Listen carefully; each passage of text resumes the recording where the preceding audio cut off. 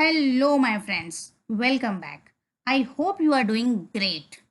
In this video tutorial, we will see depth first traversal. So, let's begin. For the depth first traversal, we will make use of the stack. And how it works, let's understand visually.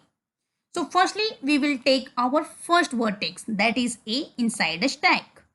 Then we will check, is there anything in the stack? So yes, A is there. So we will remove A from the stack, place it inside our resultant array. After that, we will check, is there any neighbors which A is having? So yes, A is having B, C and D as a neighbor. So we will push B, C and D inside a stack. So our stack will be something like this.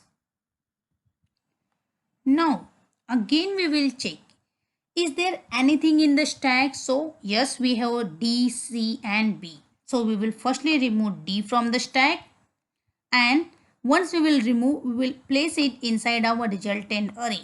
Then we will check, is there any neighbors associated with D? So yes, we have F. So we will place F inside our stack. Once we will place F inside our stack, again we will check, is there anything inside a stack? So yes, we have. So we will remove F from our stack, place it inside our resultant array. And once we will place F inside a resultant array, we will check, is there any neighbor associated with F? So no. So we will again go ahead with our next value in the stack, that is C. So here, firstly we will remove C from our stack and place it inside our resultant array. Then we will check, is there any neighbors associated with C? So yes, we have E. So we will place E inside our stack. Now we will remove E from the stack first. So once it is removed, we will place it inside our resultant array. Once that is done, we will check, is there any neighbors associated with E? So no. So we will go with our next value in our stack, that is B. So firstly we will remove B from the stack and push it inside our resultant array. With this we are done with depth first traversal, and our resultant array is exactly same as our expected array. So once this is done, it's time to write our algorithm. So let's begin. Here, firstly we will create a function that should accept the starting node. Then we will create a stack to keep track of current vertices. Once that is done, we will create an array to store the end result, which we will return at the end. And while doing all these things, we will create an object to store widgeted vertices. So actually two vertices will not conflict with one another. It will have the unique set of vertices. And then we will add the starting vertex to the stack and mark it widgeted. Once that is done, we will write our while loop. While stack has something in it, we will keep on looping.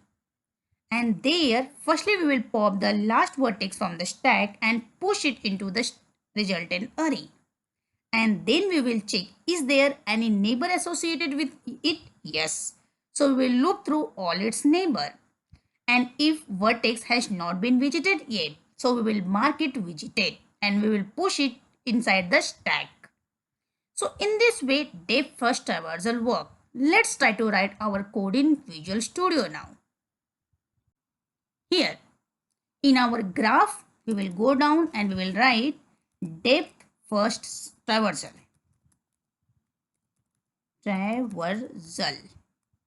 And we will take starting vertex here. So we will write start. Inside that, as per our pseudocode, it is saying we need to create a stack. So const stack will be an empty stack in the beginning. And secondly, we will create an array to store the end result to be returned at the end. So here we will do const resultant array will be ANS for us. And then create an object to store widgeted vertices. So we will write const widgeted that will be empty object in the beginning. And then add the starting vertex to the stack and mark it visited. So what we can do, stack dot push, and we will push our start value in it. And we need to mark it visited as well. So for that we will do visited, and here we will write start is equal to true. That means we have visited it. Then we will write our while loop. While stack has something in it, we will keep on looping. So we will go down. Here we will write while stack dot length. That means stack is having something in it.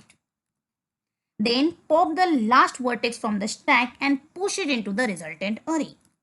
For that we will write let current vertex, which needs to be pop out, is equal to stack dot pop. So by this we will get our pop out item inside current vertex, and that we will push it inside the resultant array. So our resultant array is ANS, not resultant. So ANS dot push, and there we will push our current vertex. Then loop through all its neighbor. So for that we will write this dot adjacency list in our case, and there we will pass our current vertex. Okay, and for looping we will make use of for each loop. Correct. Here array is already present, so that is not needed. Our in place of element we will write neighbor for more better understanding. Okay, inside that we will check if vertex has not been visited yet. So for that we will do if it is not visited yet. So we will check inside a visited object, and here we will pass our neighbor. So yes, with this we will check if the neighbor is visited or not. So if it is not visited, then we will mark it as visited. So visited neighbor is equal to true. And then push all its neighbor into the stack. So for that we will do stack dot push, and there we will pass our neighbor. Once that is done, our code is ready. So we need to return the value where our while loop is ending. So there we will write return ANS, which is our resultant array. You can make it as a resultant array also. So it's time to call our method. But before that, we need to have some more vertex and the edges. We will adjust that first. So as per our diagram, we have A, B, C, D, E, F. And here we have only ABC. So we will copy it first. Control C, and then D, E, F. D, this one E, and this one F. Then we have A is having connection with B, C, and D. So A is having connection with B, then A is having connection with C, A is having connection with D as well. Then C is having connection with E, and D is having connection with F. So we will copy two edges and we will change the vertices. C is having connection with E. D is having connection with F. So with this our graph is ready, and we need to call our method. So graph dot depth first traversal, and there we will pass our starting vertex, that is A. Let's go to the browser now. Here we are able to see we have A, D, F, C, E and B as an output, which is our expected output. So with this we will sum up this video tutorial, but yes, we will surely make in our next video tutorial, where we will talk about breadth first traversal, which is exactly same as depth first traversal, only the difference is that there we will use queue, not stack, and rest of the things are quite similar. So let's meet there. Thank you very much for now, and please follow my complete playlist to have a good understanding about data structure and algorithms.